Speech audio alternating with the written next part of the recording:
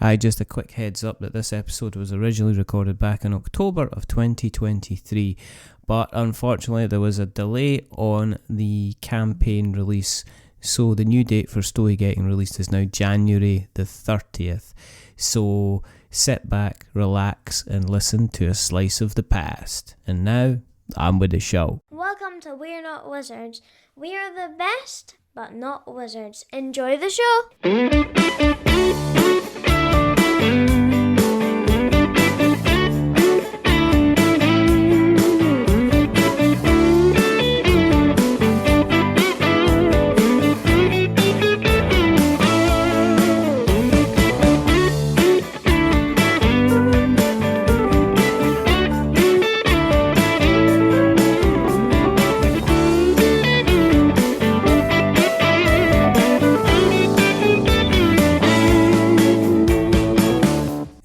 To another episode of We're Not Wizards. My name's Richard. I'll be your host for autumn, because I used to do months, but now we're getting into seasons. And I'm just going to say, if you go down to the Fantasy Woods today, you're in for a big surprise. If you go down to the Fantasy Woods today, you'll never believe your eyes, especially if you're looking to go down the woods and get yourself a table, or maybe make yourself a table, and maybe you're thinking, I'd like to get one of these tables, but these tables are just so big and cumbersome and huge, and I have people coming round, and then, I just can't have this fully huge, just behemoth kind of sitting in the middle of the table. I want something I can pack away. I want something I can stow away. I almost want something that's a bit Stowii. And if I want something that's a bit Stowii, I need to speak to somebody who's going to maybe be bringing us a story to the table. And that is Dav Thomas. And Dav Thomas is from the Fantasy Woodworks, and he's here to talk all about Stowii, which is the exciting, portable, adaptable, fold-away gaming table, which is coming soon to crowdfunding. There you go. Hi, Dav. How are you? Hi, Richard. I'm good, thank you. Yeah, very good intro there. I'm almost becoming like Ted Rogers in 3-2-1. There's like an end clue, and that'll give you your age away, if you know what I'm talking Absolutely. about. Where somebody mentions a word, and then it's like, gonna go to it, and then you kind of get to it, and I'm pleased to tell you that you've won a holiday. So there you go. So, I've looked back through your episodes, and I, as far as I know, I'm one of your first accessories. I think, am I not? I didn't go back through all of them. I think. It depends what you mean, because in terms of like murdering shows, I've had a few accessories. In terms of that, I'm not entirely sure. Yeah, I mean, I think we've had, kind of systems on and stuff like that. We had the guys from Diced on, but they're kind of like helping kind of you play games. I don't think we've actually had kind of tables, and somebody's going to be shouting at me and going, what about me? Didn't you forget my amazing idea? It's like, you forgot my table. Oh yeah, sorry, the table. Yeah, but the other table people don't speak to us, because there you go. Don't know if they've got some kind of envy. I've no idea what we're talking about. Anyway, what we like to do in the show is we like to have a little kind of, I guess, look back at the sapling of the past before we stare at the redwood of the present, and we look forward to the axe of the future, which is as bad as it gets. You're from up north, am I right? Or down south? Because I am up north, and you are technically down south. Definitely down south from you. My wife's from near Inverness, so she basically says everyone is from down south. So that must mean that on your way up, if you've gone up to see our side of the family, that you would have passed through my way, because I'm central Scotland, and you can't escape kind of going through central Scotland. Yeah, we kind of get to Edinburgh, and we're like, well, that's Glasgow. Then we're like, well, that's kind of halfway there. So it's a fair old trip. It's the last 6 miles I've heard to Inverness, in which you have to get on horseback. That's right. Yes. Yeah. you have to take out the hunting rules to take down the local flora and fauna. If the snow gates are down, you just turn around and go home again. It's like your man that wrote your man that wrote Game of Thrones kind of based the frozen north on Inverness folk are going to come and get me. It's okay, you can't come and get me because the sun comes down here and I know you're afraid of it. we're talking about, obviously we're going to talk about Stowii at some point, probably like minute 45, and then you'll go, goodness sake, this is a whole load of nonsense, why weren't we talking about this before? But you've this is going to say, I mean, you're a bit of a beaver, Dav. You've always had a bit of a love of wood. I am indeed a beaver. I do love wood. That sounds very wrong, doesn't it? That's why I was going there, because people in America are going to be listening to this. Oh my going, God! That just don't do impressions, because that just sounds bad at all. Now we've lost all of our American listeners, except the really intelligent ones who'll stay on and identify a joke when they kind of hear them. So I mean, I was when I had Scott Pease on the other show, I was talking about him, getting home after a hard day of project management and whittling some wood. But that seems to have been your start. I mean, looking at the wonderful kind of autobiography that you put on the fantasywoodworks.com/about.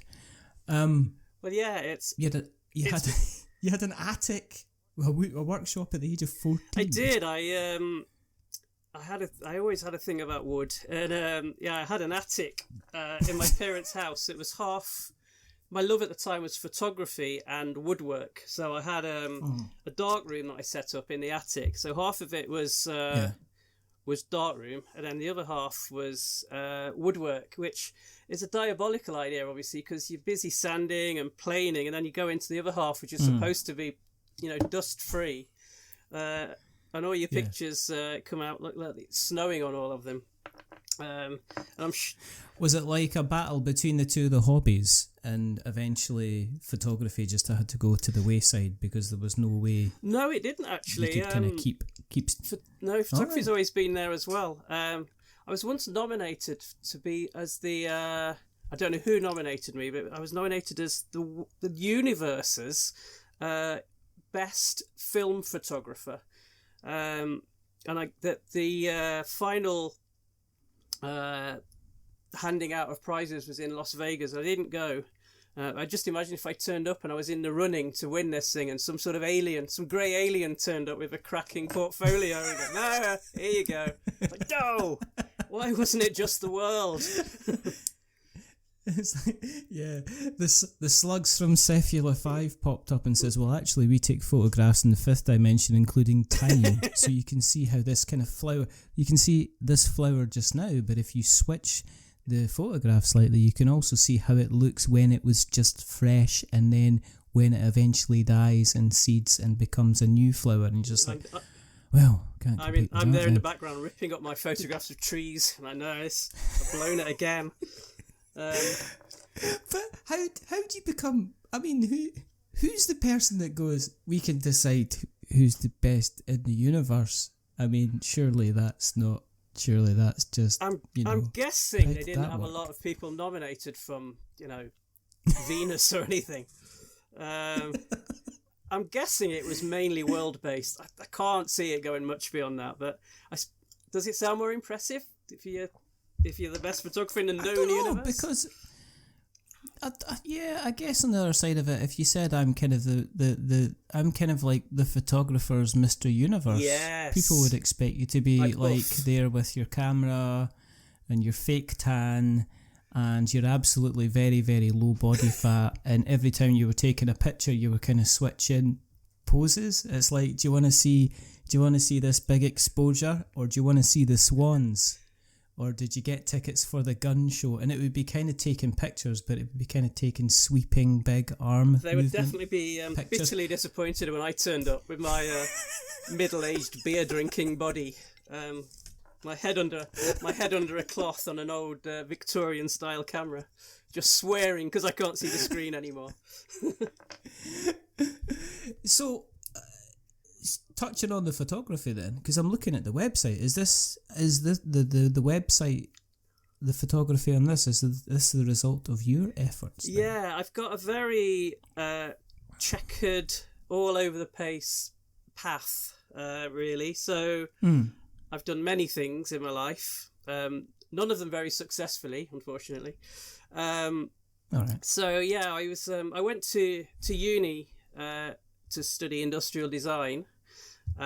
Really, I only really studied drinking, playing guitar, seeing bands, and learning the worth of the check guarantee card that we used to have back in the day, which meant any time you wanted a Pepe's pizza, you just sign that check, and there you go.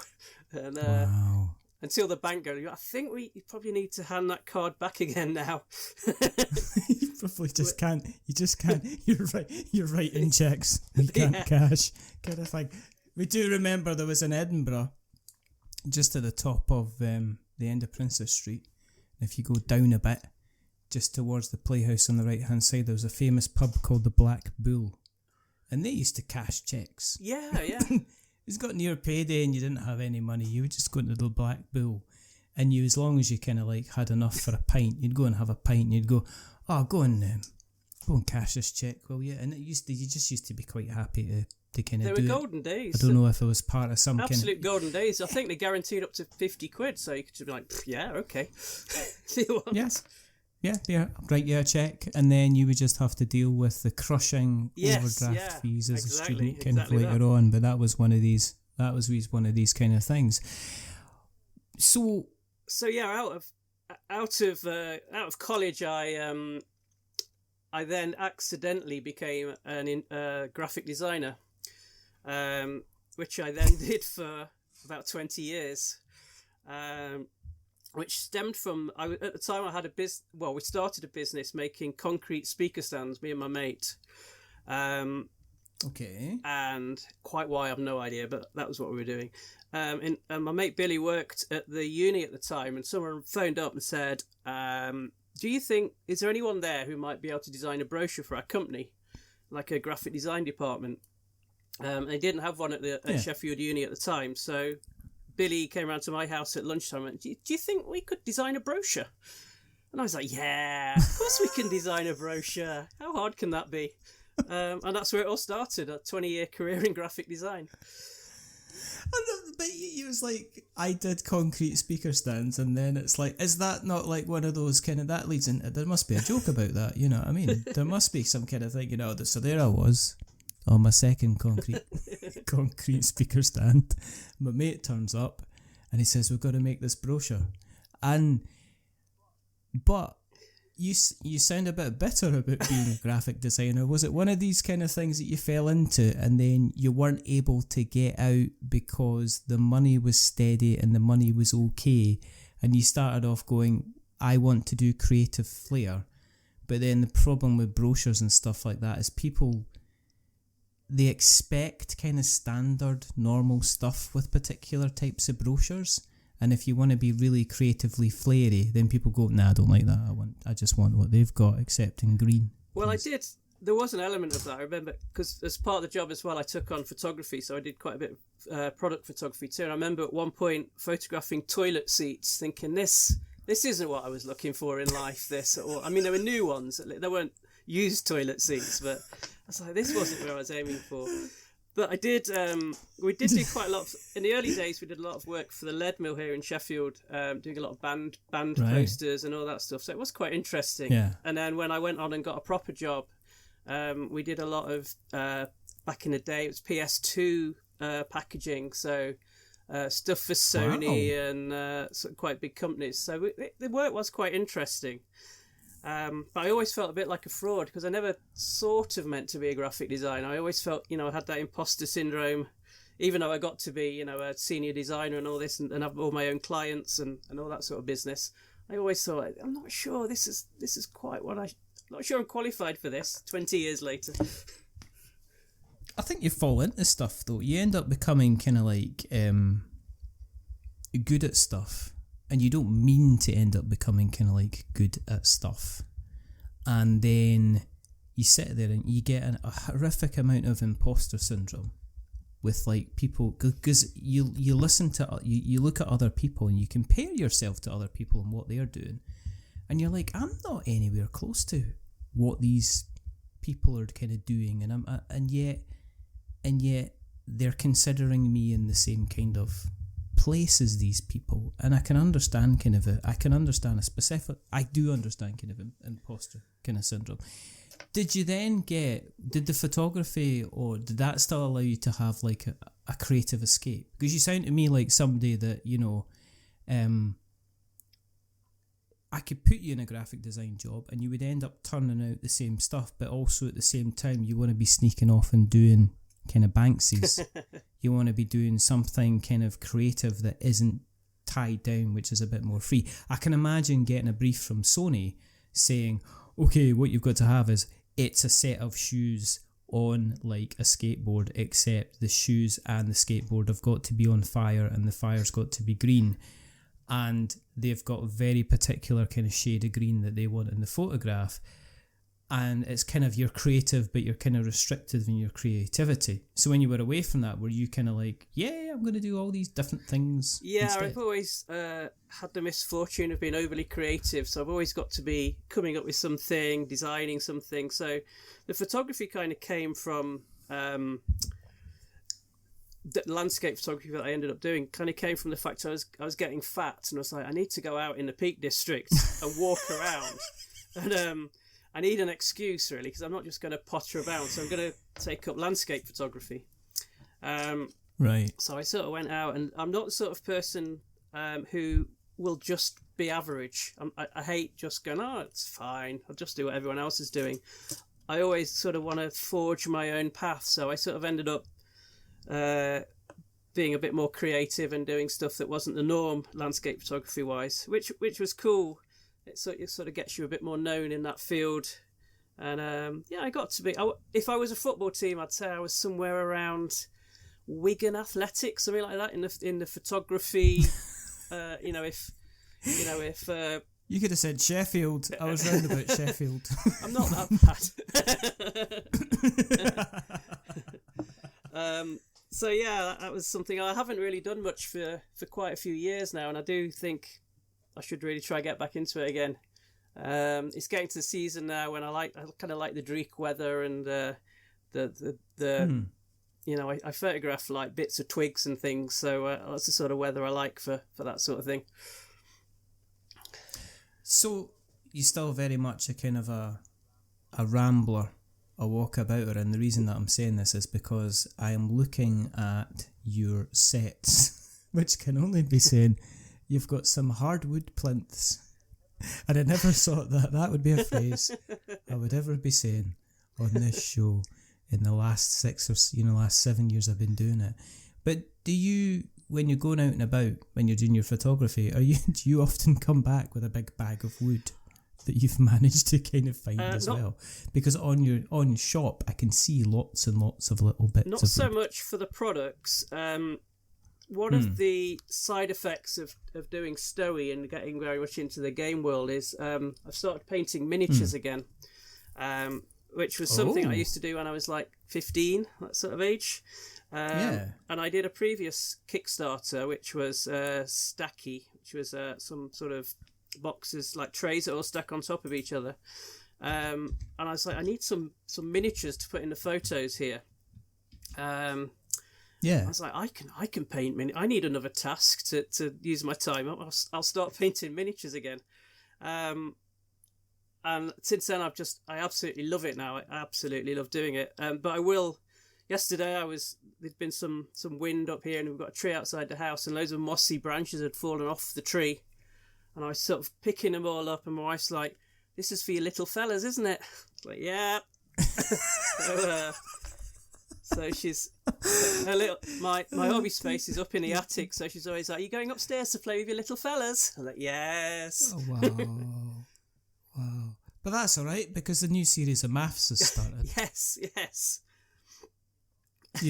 So it's fine. It's like, because if you sit down and go, tonight I'm just going to sit down next to you and watch the telly. and then the various television shows starting about halfway through. You get a sideways glance. What are you doing?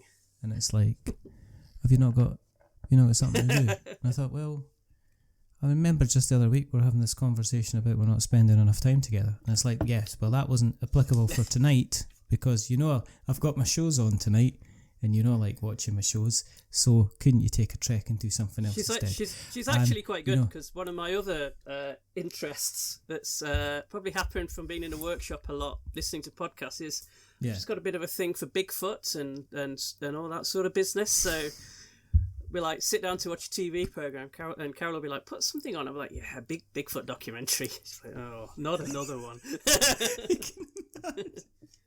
And imagine usually like if there's the conversation about, you know, where two people sit down together in a relationship and one of them goes, we have to talk about your big feet obsession. It's usually something else. You know, it's not actually your actual Bigfoot obsession. So in terms of that then, are you convinced? Are you one of these people that you watch it? Because I'll tell you what, okay, I watch Ghost Adventures. Oh yeah. And Ghost Adventures is a guilty pleasure because you kind of get them going into, you know, and this 17th century house was well renowned for the murders that happened, and then they get the machine out and they get the machine with a little pointy little lights and stuff like that, and then they go now now we're just going to record what's going on in the background, and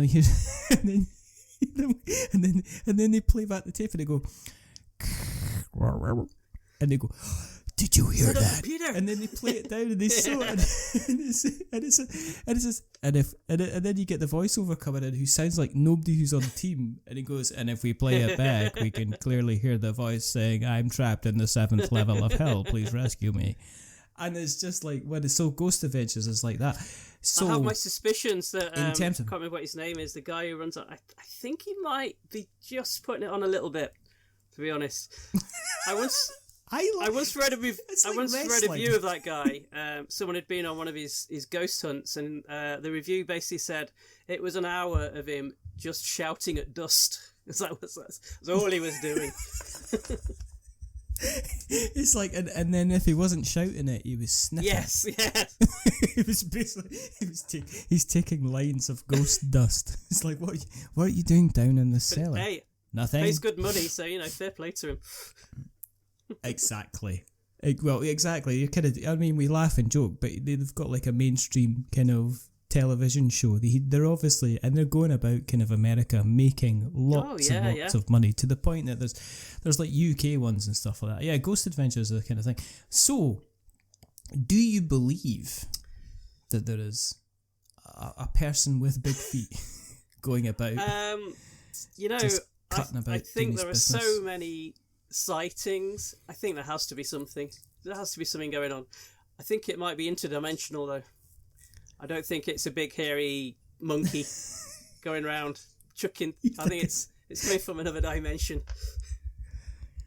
I don't see anything wrong with that, because we're kind of due interdimensional beings now, really. If you think about it, we've had kind of like, you know, pandemics and kind of, you know, the rise of, you know, proto-fascism and all that kind of nonsense. So I think we're kind of due some kind of interdimensional kind of beastie coming. Well, I think knowing my luck, I'll have some success with Stowii, and then like 2 months later, the aliens will turn up and just obliterate half the Earth. I'm like, just when it was starting to work. But in all fairness, I know that there's some people that they ran a Kickstarter for the board game, and then they were like, 2019, that's our year. Yeah, we're just going to get this all out there and delivered. And then they get funded in November of 2019, and then they go, here we go, we've done it, we've done really, really well. And then they hit into 2020 and everything just shut down, and they're just like that. Gonna get your game. They're actually playing Pandemic for real.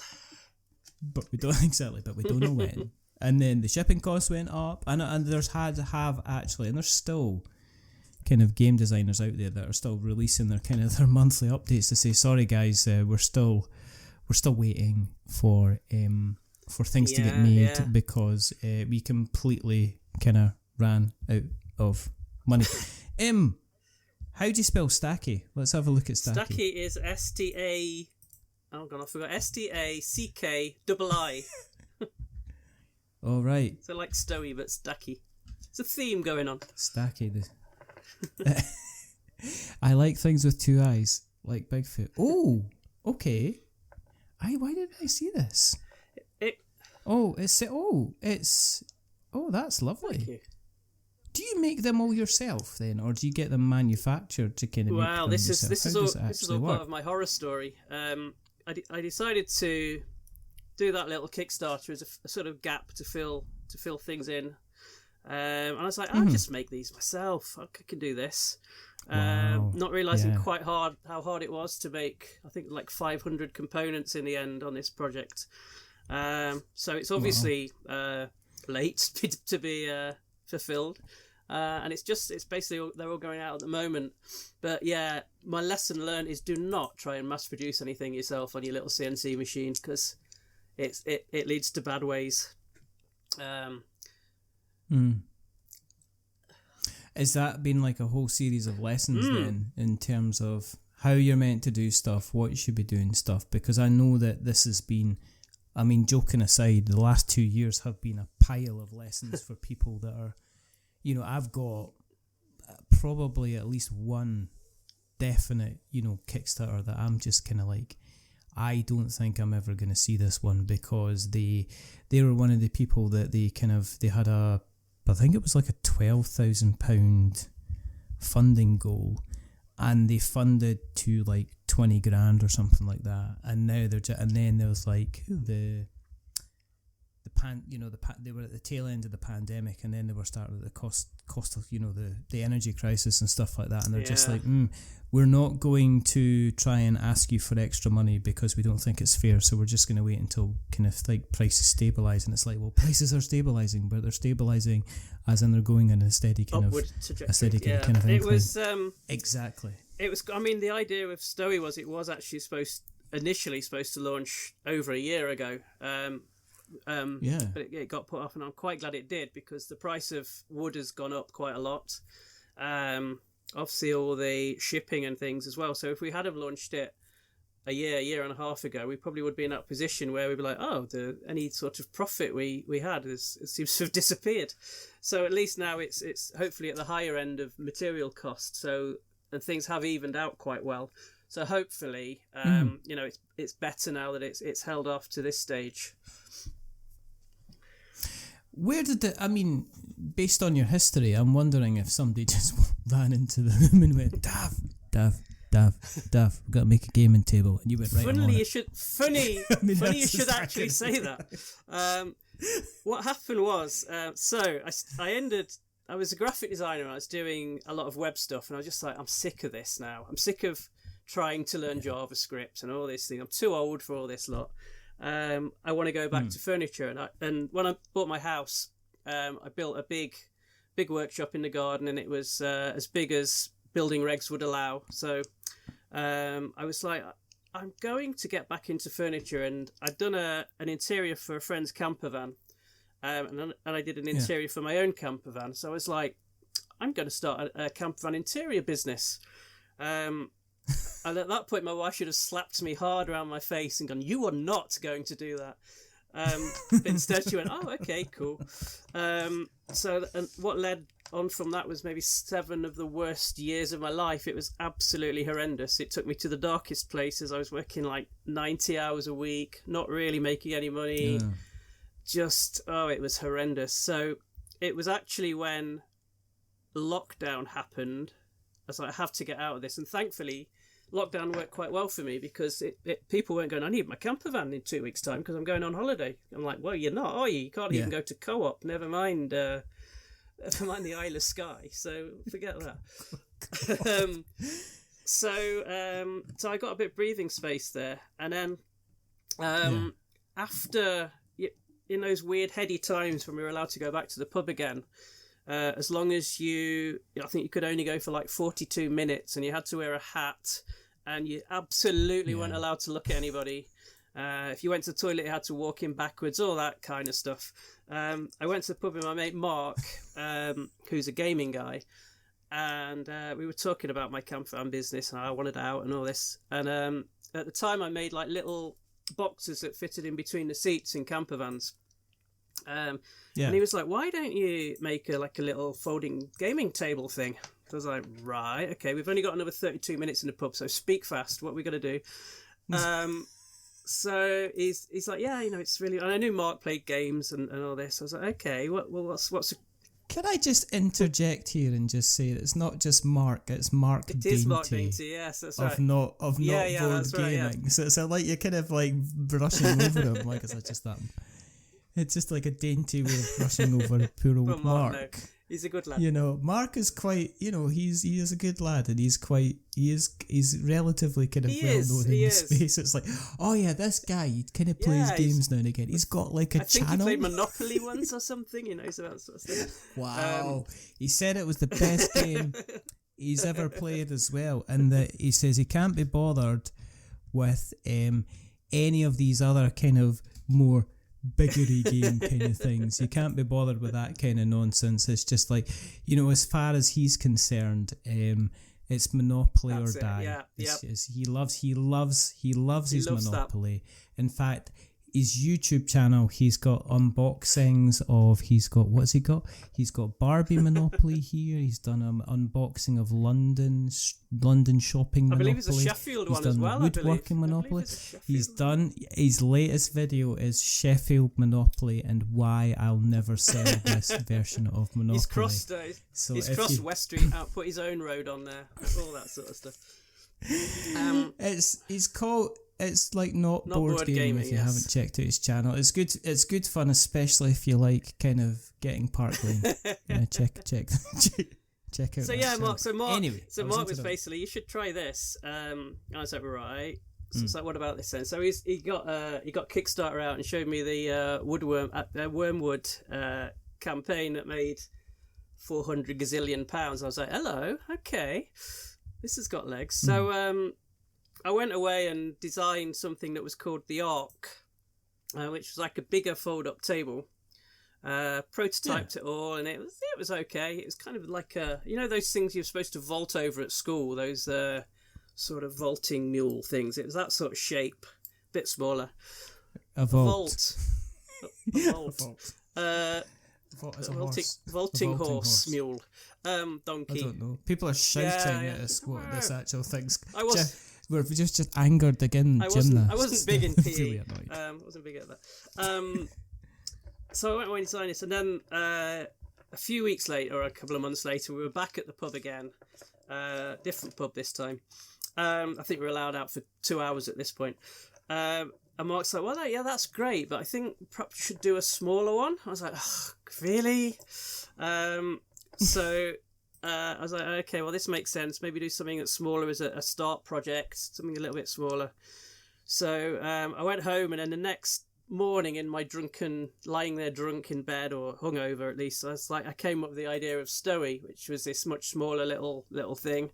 So the concept sort of came the next day, but obviously it was a lot of work to get it to the stage it's at. So yeah, from there the idea was really to start the Fantasy Woodworks, do other things as well, like the boxes I make, dice boxes and dice towers and all that sort of stuff, but really focus on Stowii to get that developed. Thankfully it meant I got to see the very back of camper vans. In fact, I can't even look at my own anymore.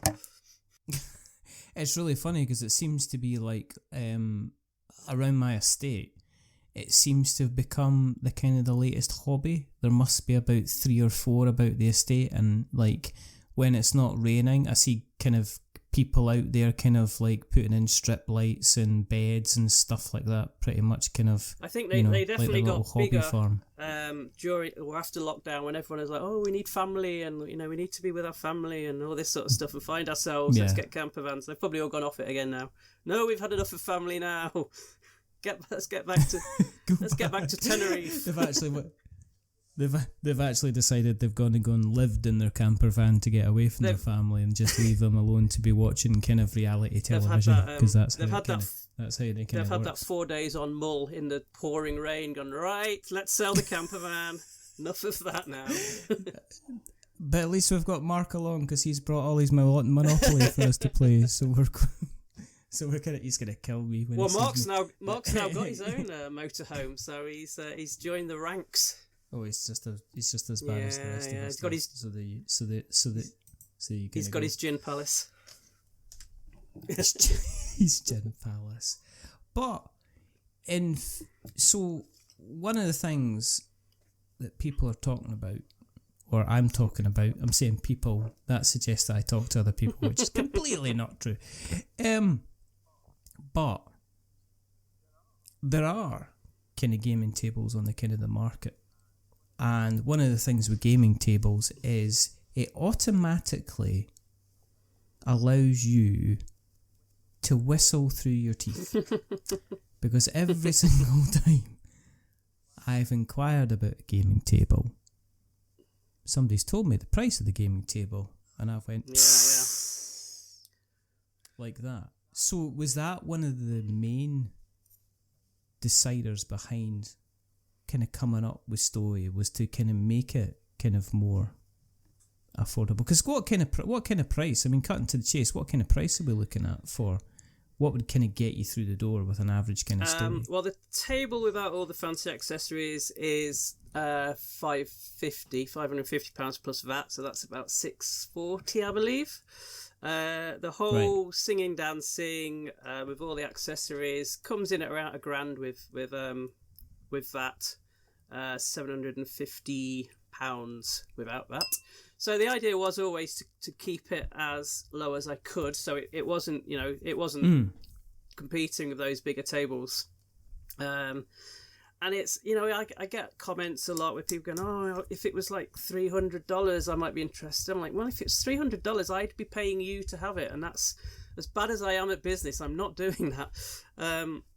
So yeah, it's kind of, the price has gone up, but it's got to the stage where, even down to the packaging that I've designed is all cardboard, so it's all honeycomb cardboard, so I don't want any plastic in there, and it's got bags for things and lots of little extras, so it's still very much a premium product, but hopefully at a price that's a little more affordable.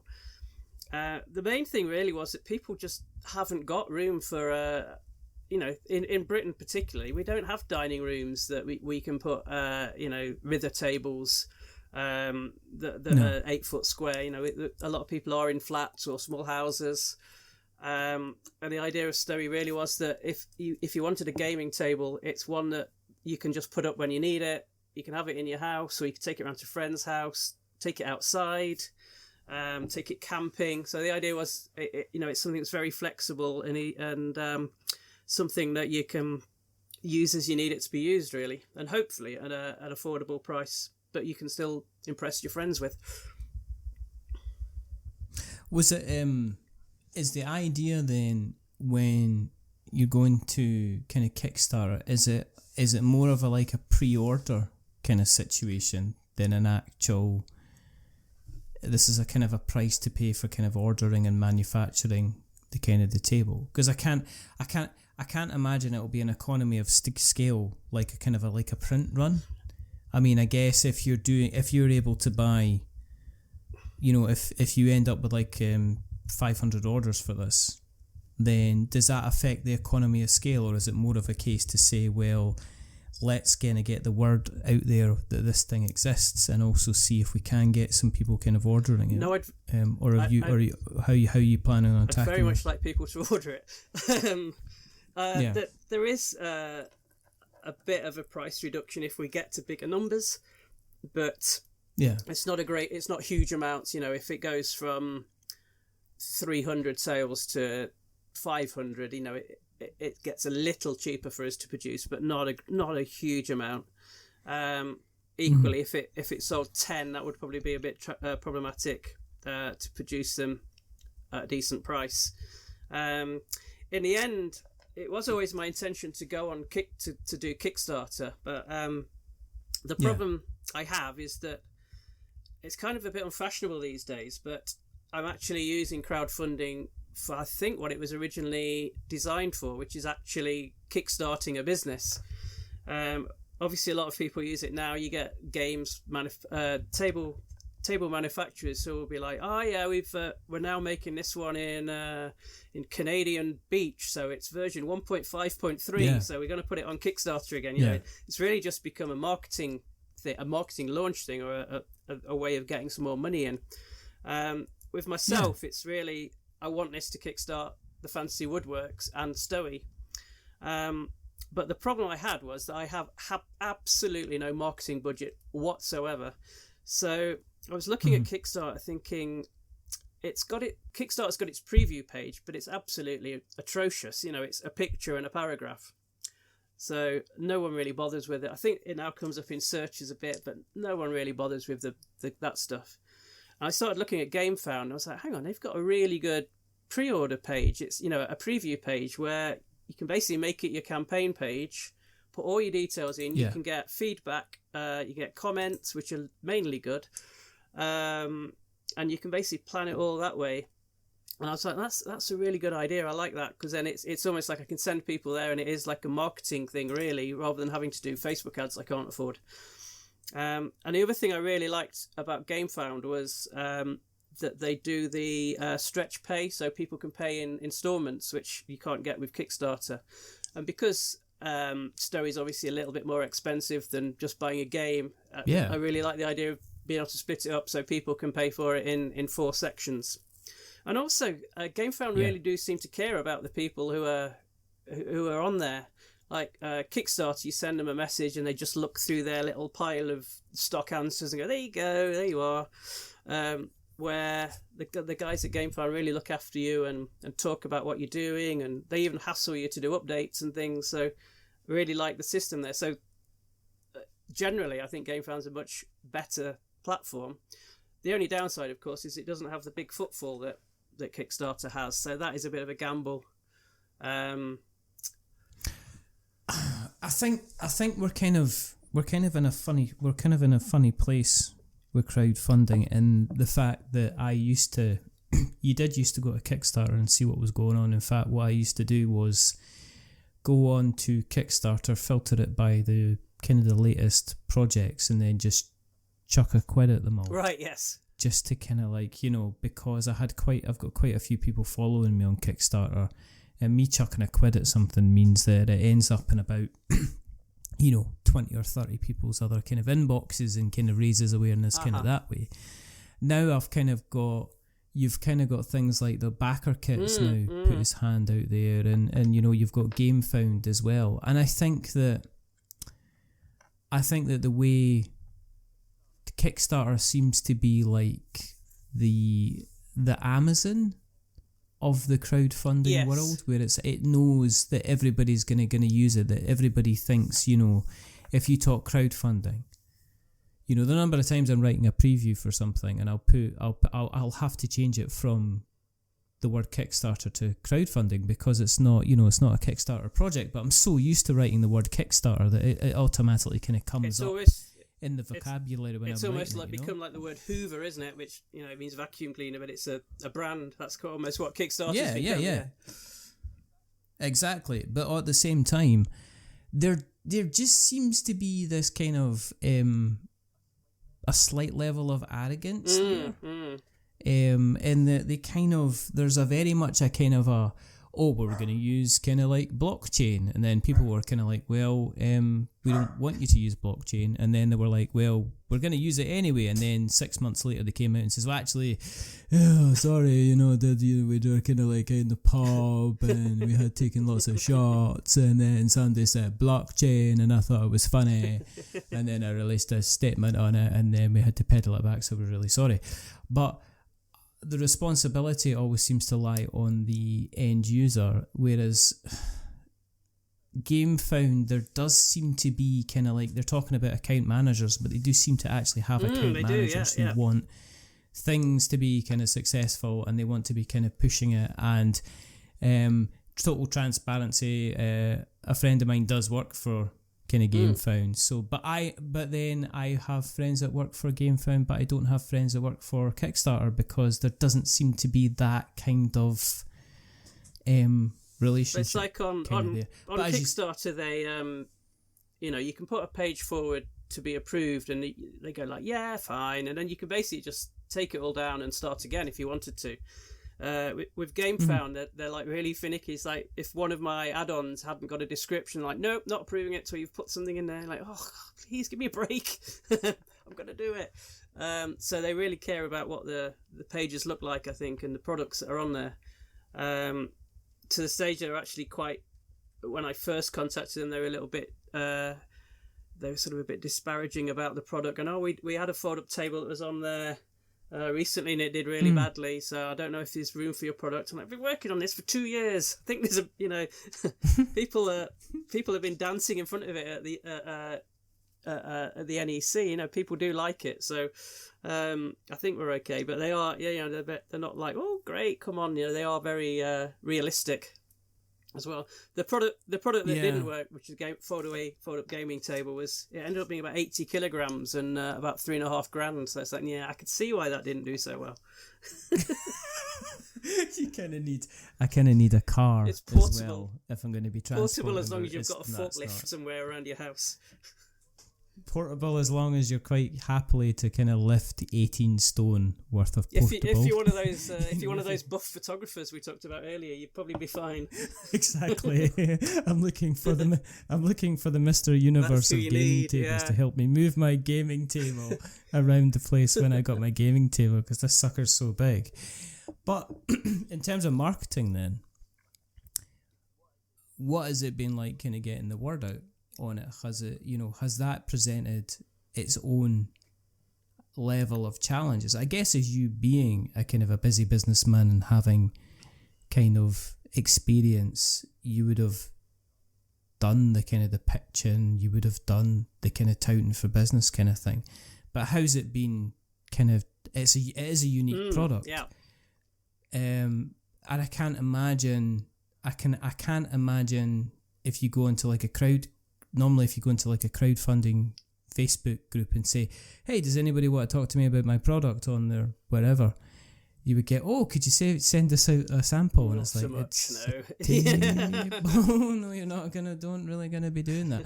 So how have you approached the kind of the marketing side of it? Well, we got quite a lot of traction early on, particularly because Mark was mentioning it in a lot of the Facebook groups, which got us quite a few people on our Facebook page. So that got a lot of interest, and we got a reasonable mailing list as well, which I didn't really keep up with too much, so I should have sent more stuff out, but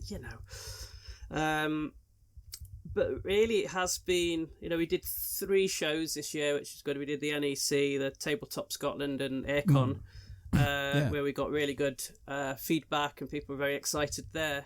So it's just been really a bit of that, really, just getting word of mouth and just getting on the Facebook groups. So obviously you can't go on the Facebook groups too often and go, look at me again, look at me. Like, no, go away now.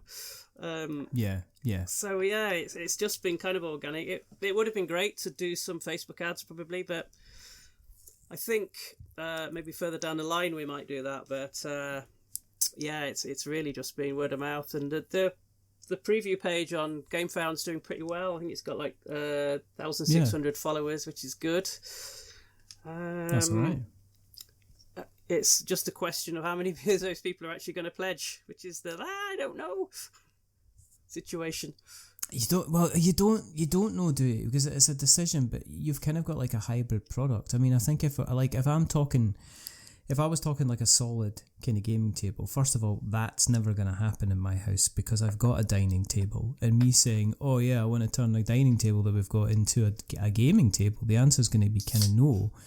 However, from another practical point of view, if I've then got something portable, that's more appealing to me, because it could be a case of, well, I could actually just bring this along to the hall, wherever we're going to be having our next event, and I'll bring it along and I'll get it set up, and it'll be something fancy, and it'll be better than setting up a couple of kind of pasting tables as well. We've had quite a few people who are developers, game developers, going, oh, this would be really cool to take to shows to put our games on. We can pack them away.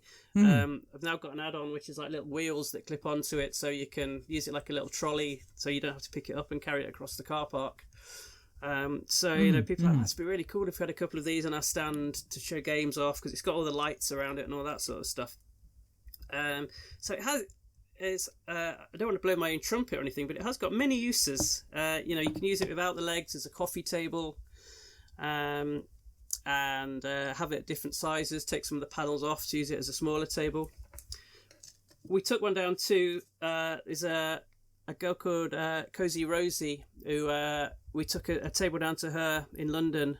She's got a little flat down there, and she's an influencer, and it's ideal for her because she can set it up in a little room. And I think she's got 85,000 followers on TikTok, which is just, I think I've got 30. I think that's scary.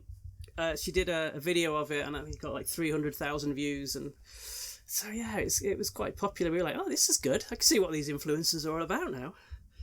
I see why we give them things. You can see you have worth. Exactly. You have this, and you should be providing me with kind of more. What size of games is it going to fit? I mean, is there a particular size of game it does well with? I mean, is this because it looks like you can expand it out. So is it good for pretty much all of the kind of the main kind of bigger hitters and stuff like that? Yeah. So the main surface of the table is 3 foot square. So you are, you might struggle to get, like Warhammer sort of stuff on there. But we are doing an extension to make it up to 4 foot square. After that, I can't go any bigger than that.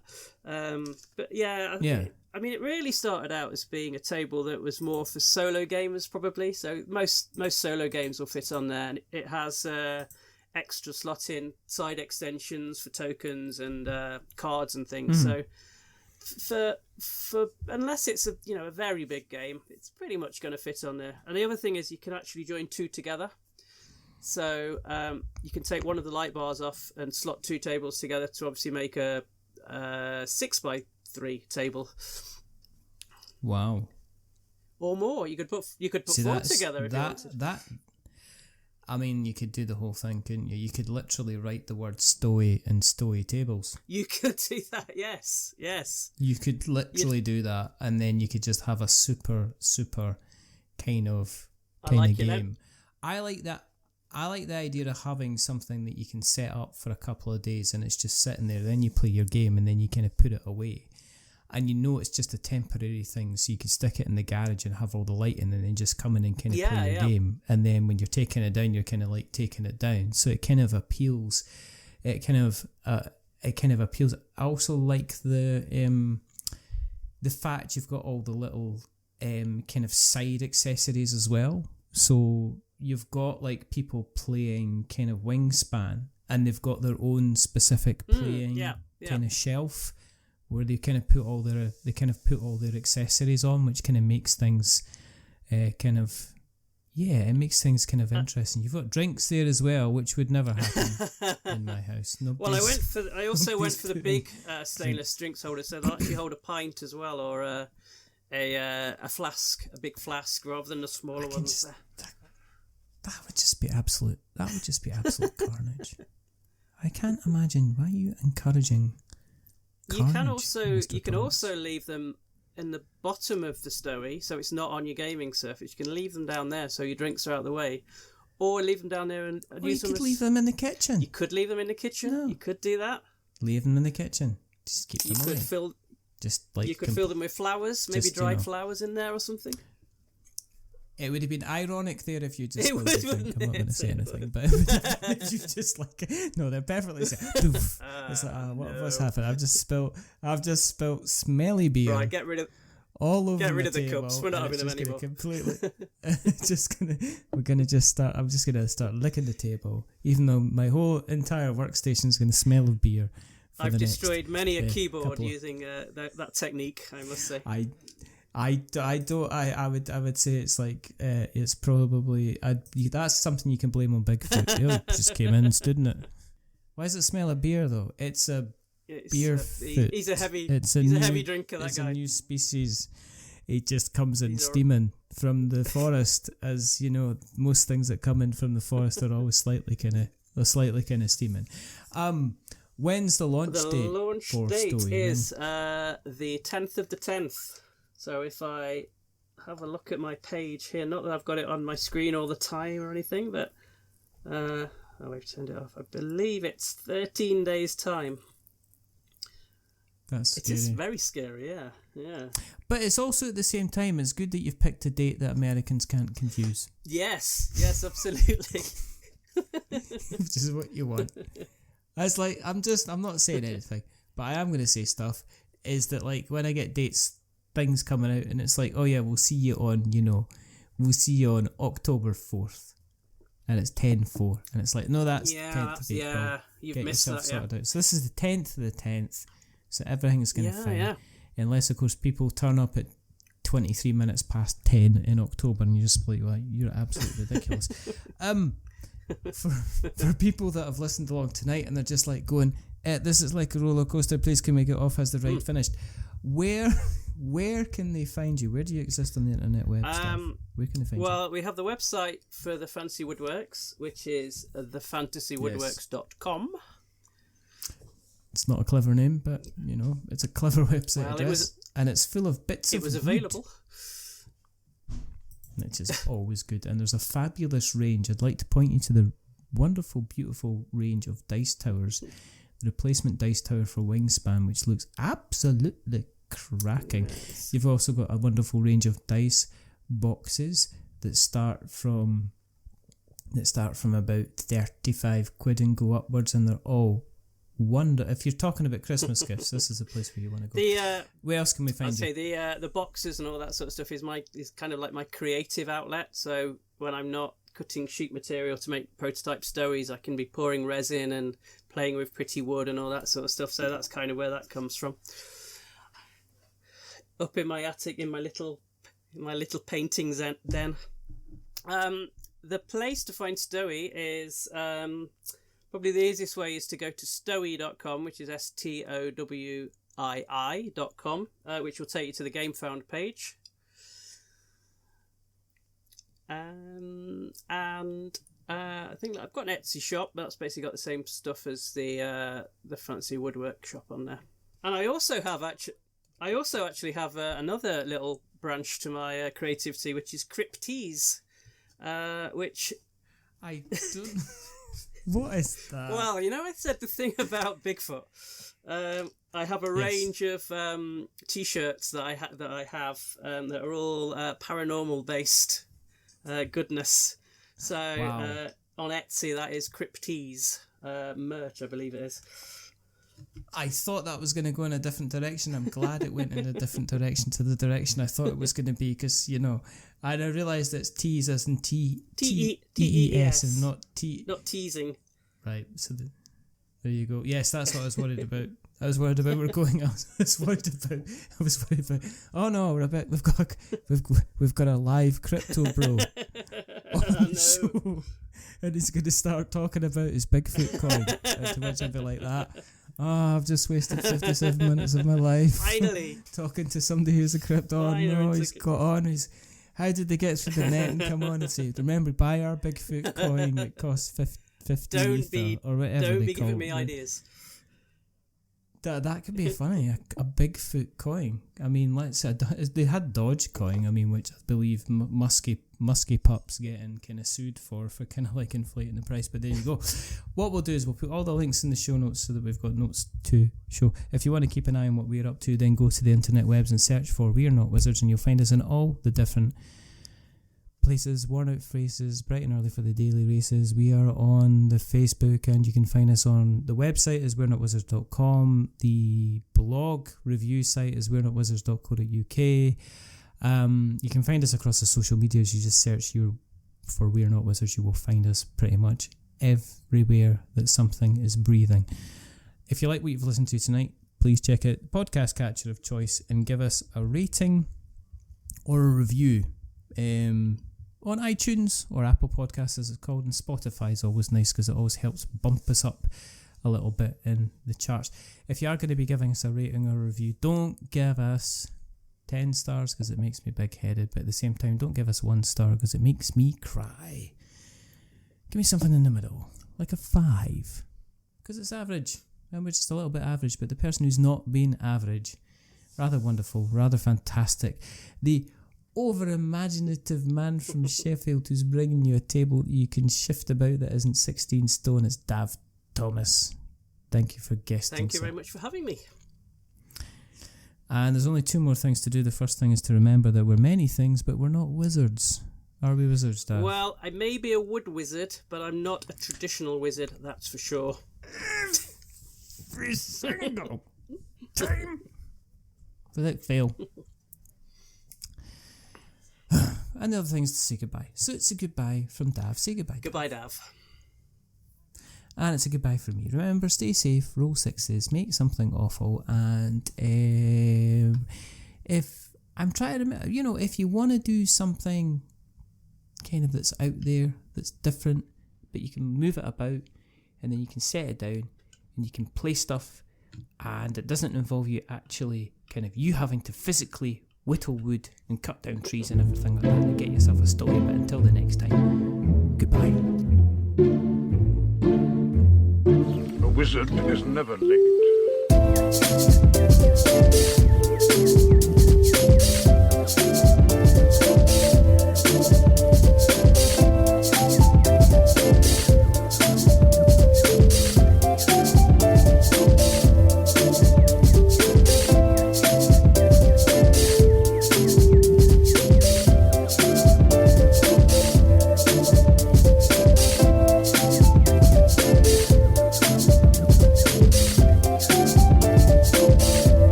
Nor is he early. He arrives precisely when he means to.